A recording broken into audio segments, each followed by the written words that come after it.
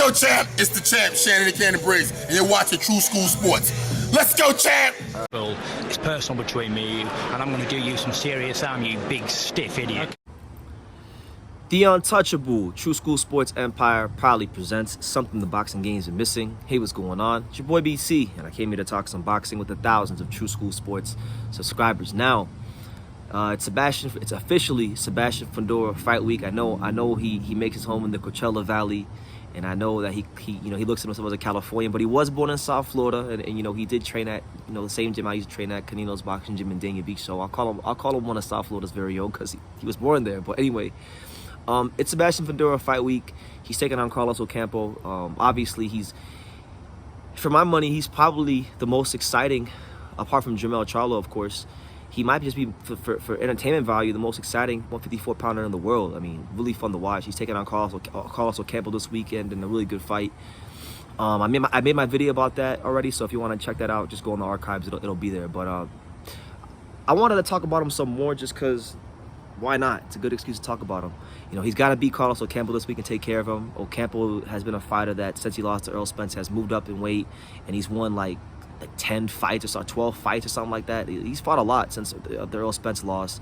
So he's got to take care of him. He hasn't lost in a long time, and he's probably developed a lot of confidence since that fight, moving up to 154, a weight class that looks like it's more suited for him. Not having to make that sharp weight cut to 147. But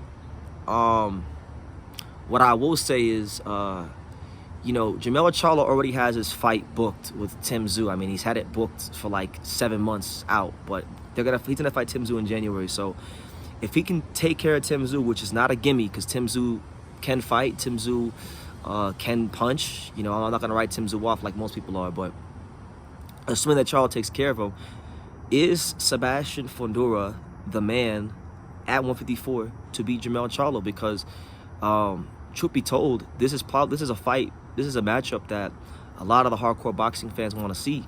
Now, they want to see Jermell Charlo. What would Jermell Charlo be able to do with this towering inferno, with this praying mantis of boxing gloves on Sebastian Fundora? I mean, one thing about Fundora, he fights within himself. You know what you're getting, and can you stop it? I mean, it's one thing to know what's coming, but can you stop it? It's like in basketball.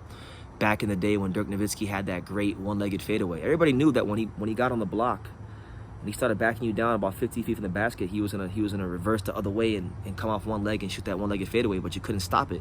And that's when you know somebody is truly great, when you know what's coming your way and you still can't stop it.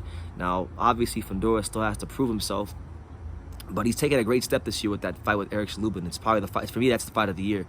The Eric Chalubin fight was the best fight of the year. And I think Jermell Charlo will be a great fight. Jermell Charlo has developed and matured as a fighter under the watchful eye of Derrick James. Like, Derrick James has taken Jermell Charlo, a guy that wasn't really known for being like a massive puncher, and he's made him a puncher. He's made him a counter puncher. He's made him a lot of things. And so, what kind of approach would he have if he fought a Sebastian Fundora? Would he continue to Would he come forward against a guy like that? Because he's 6'7", he's gonna barrel down on top of you. He's gonna lean on you. He's gonna take every advantage he can possibly to make you tired. So that's really the matchup that if both those guys handle their business and do what they got to do, I want to see at 54, because I think Fundora has proven in the last fight and in other fights that he has elite stamina. I think Charlo has definitely proven in his fights that he has elite stamina. He did it with Tony Harrison. I mean, he's one of them guys that for 12 rounds he's going to be dangerous. For 12 rounds, all the way to the very last minute of the last round, he's going to prove that he can hurt you and get you out of there, as he showed with Tony Harrison. So Fundora and Charlo both got to take care of business. But that's really the fight that I think would really be interesting, because it'd be the first time I can think of where Jermell Charlo would significantly be the shorter man, because everybody that fights Fundora in this weight class is the shorter man, because he's like, what, 6'7" or 6'6" at 154. I mean, he's literally a praying mantis with boxing gloves on. So how would Charlo approach that? That's really the intriguing thing for me. And then for Fundora, if Charlo decides to start ripping them hooks to the body and he hurts him, you know, does Fundora actually have anything else in his skill set besides being tall and pressuring you and pushing you back? Because that's the thing with Fundora. He showed in the Lubin fight that the style that he traditionally fights can work for him, but nobody's really had to make him. Nobody has dominated him in a fight to the point where he has deviated from that style. So I feel like Charlo is good enough to do that. And if he can ask those questions of Fundora, I want to know if Fundora actually can box off the back foot, because he strikes me as a fighter that really can't box off the back foot because he doesn't have to. Not at this weight class. He's 6'7" at 154. He can just get on top of you, and he throws these really short, compact hooks, and he doesn't run out of, he doesn't get tired. He doesn't run out of stamina.